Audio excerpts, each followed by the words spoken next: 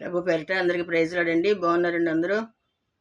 యేసుక్రీస్తు వారి శ్రేష్టమైన నామంలో మీ అందరికీ శుభములు కలుగును గాక. ఈరోజు దేవుని వాక్యం యోహాను రాసిన మొదటి పత్రిక 1వ అధ్యాయం 9వ వచనం.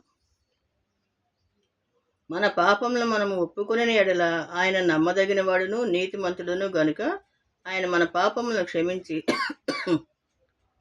సమస్త దుర్నీతి నుండి మనల్ని పవిత్రులుగా చేయును.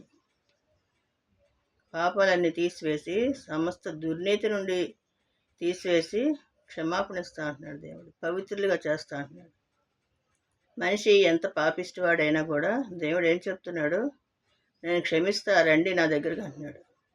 ఆయన పాదాల చెంతకు వెళ్ళినప్పుడు ఆయన క్షమిస్తాడు. క్షమించినప్పుడు పాపక్షమాపణ పొంది బాప్టిజం పొంది దేవునికి ఇష్టంగా జీవిస్తే యుగయుగాలు జీవిస్తారు. మరణం లేని జీవితం,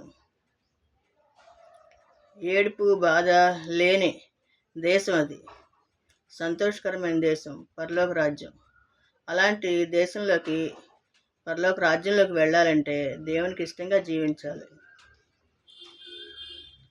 పాపక్షమాపణ పొందాలి, బాప్టిజం పొందాలి, పరిశుద్ధాత్మ శక్తిని పొందాలి. అప్పుడు పరలోక రాజ్యం వస్తుంది. యుగయుగాలు సంతోషంగా ఉంటారు దేవునితో పాటు.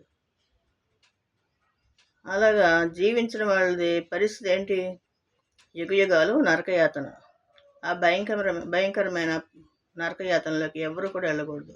అందరూ కూడా నిత్యరాజ్యంలో దేవునితో సంతోషంగా ఉండాలని, యుగయుగాలు ఉండాలని వాళ్ళ కోసం ప్రార్థన చేయాలి.